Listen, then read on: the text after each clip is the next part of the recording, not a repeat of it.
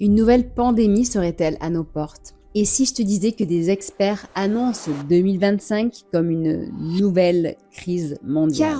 40% des Français redoutent une nouvelle pandémie selon Ipsos. C'est normal, les médias ne parlent que de ça. On m'a récemment demandé de me pencher sur le sujet, car sur cette chaîne, on parle budget, finance, mais aussi santé. Car avoir de l'argent sans la santé, c'est inutile. Tu es d'accord avec moi, non? Je vais donc plonger dans les méandres des médias mainstream et autres, et on va voir ensemble aujourd'hui s'il faut s'inquiéter ou pas.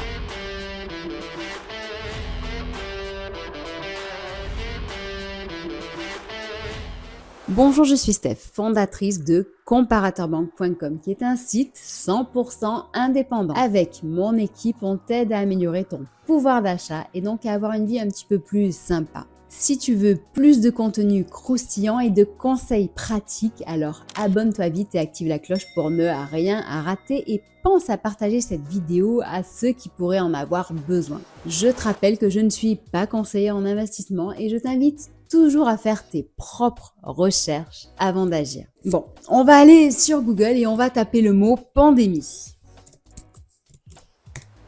Wow! Alors là, c'est juste dingue. En effet, il y a de quoi faire. Donc voici un article qui résume très bien la situation avec la liste des virus les plus inquiétants selon CNews et je l'ai complété avec d'autres sources, Le Monde, L'Express et d'autres. Donc dans le top 4 des prochaines grosses galères mondiales qui remportent la palme. Donc on a le Covid-19 avec l'émergence de nouvelles souches. On a la grippe aviaire H5N1 qui migre vers l'homme aux États-Unis avec des symptômes similaires au Covid. L'état d'urgence avait d'ailleurs été déclaré en Californie il y a un mois. Il y a aussi la variole du singe avec Mpox qui est sous surveillance, mais ça c'est plutôt en Afrique. Et ensuite le HPMV, le Human Metapneumovirus, avec des symptômes similaires à la grippe. Donc fièvre, toux, respiration sifflotante, congestion nasale, etc. qui est à risque chez les enfants, les personnes âgées et les personnes immunodéprimées. Donc là, il y a les cas qui explosent en Chine et pas que. Donc, faut-il s'inquiéter? Les médias font leur chou gras de tout ça, de toutes ces questions tendancieuses. Grippe aviaire, comment se préparer à affronter une pandémie pour l'Express? Covid-19, le monde est-il prêt à affronter une nouvelle pandémie pour France Bleu? Qu'est-ce que le métapneumovirus humain, ce virus hivernal qui circule en Chine et enflamme les réseaux sociaux selon Libération? Il y a aussi BFM TV qui nous explique que la morgue de Marseille est complètement débordée suite à un virus. Bref, que penser de tout ça? Ce système de questionnement et parfois d'affirmation n'est pas nouveau. Depuis 2020, la menace de la pandémie est omniprésente. Et d'ailleurs, as-tu écouté les récentes déclarations de Mark Zuckerberg à propos de Meta et des fact-checking qui concernent l'accès à l'information d'une manière générale depuis 2020? Écoute et tu comprendras que l'on ne nous dit pas toujours la vérité. Bref, allez. Regardons qu'en disent les experts. Donc, les big boss de la santé dans le monde, ceux qui sont notre ultime protection. Donc, je parle ici de l'OMS, l'Organisme mondial de la santé, n'est-ce pas? Donc, regardons ce qu'ils disent dans ces mêmes articles. Donc, nous avons le chef de l'OMS, par exemple, qui explique que si la prochaine pandémie survenait aujourd'hui, le monde serait confronté à certaines des mêmes faiblesses et vulnérabilités. Mais le monde a également retenu de nombreuses leçons douloureuses. Au final, ça veut dire en gros oui mais non, donc on ne sait pas vraiment. Donc face à ça, ils ont fait appel à des experts qui ont été créés par l'OMS également et eux, ils tranchent. Donc en 2025, le monde n'est pas prêt à combattre une nouvelle menace pandémique. Donc, comme tu le vois, on nous remet dans la peur. Et si une nouvelle pandémie arrivait ? Ta santé serait-elle mieux protégée selon toi? Ton portefeuille tiendrait-il le choc? Dis-nous, ça m'intéresse. Allez, dans tous les cas, reste et je te donne des astuces concrètes pour te préparer sur tous les plans. Allez, aujourd'hui, on va prendre du recul. La peur paralyse, elle bloque ta réflexion. Donc on va sortir de là, on va couper les médias classiques et on va regarder au-delà. Savais-tu qu'aux États-Unis, d'ailleurs, la Chambre des représentants américaine, qui représente les citoyens, a rendu en décembre 2024 un rapport explosif sur la gestion de la crise du coronavirus. Les médias en parlent peu en France ou la décrédibilisent. Pourtant, c'est 2 ans de travail, plus de 500 pages, avec des informations qui sont toutes sourcées, qui remettent tout en cause. La fuite du virus du laboratoire chinois est avérée. L'OMS se fait casser, page 171 et ailleurs aussi. Les confinements qui ont fait plus de mal que de bien, aussi page 214. Le pass a fait plus de mal que de bien, aussi page 218.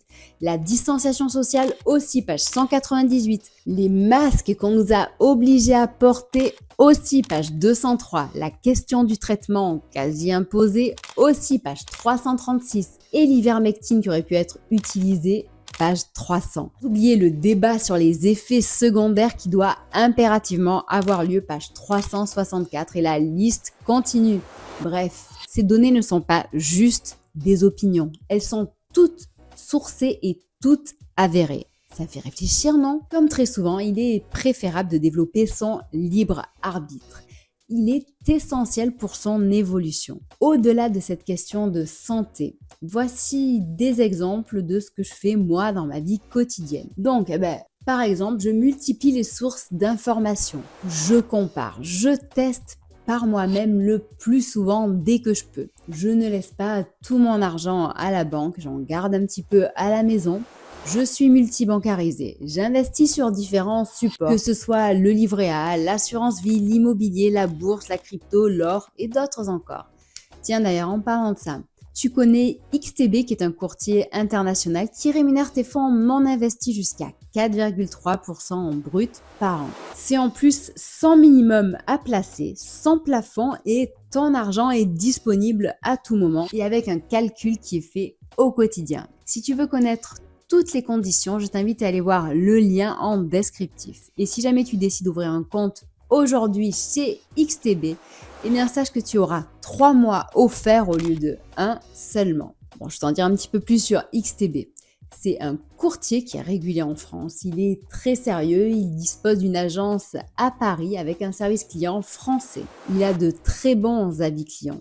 Tu peux d'ailleurs regarder sur Apple Store avec 4,6 étoiles sur 5 ou sur Google Play. Il donne aussi accès aux actions, aux ETF dans les plus grandes bourses internationales avec 0% de commission jusqu'à 100 000 euros. Mais aussi un accès aux cryptos, aux matières premières, aux indices, etc.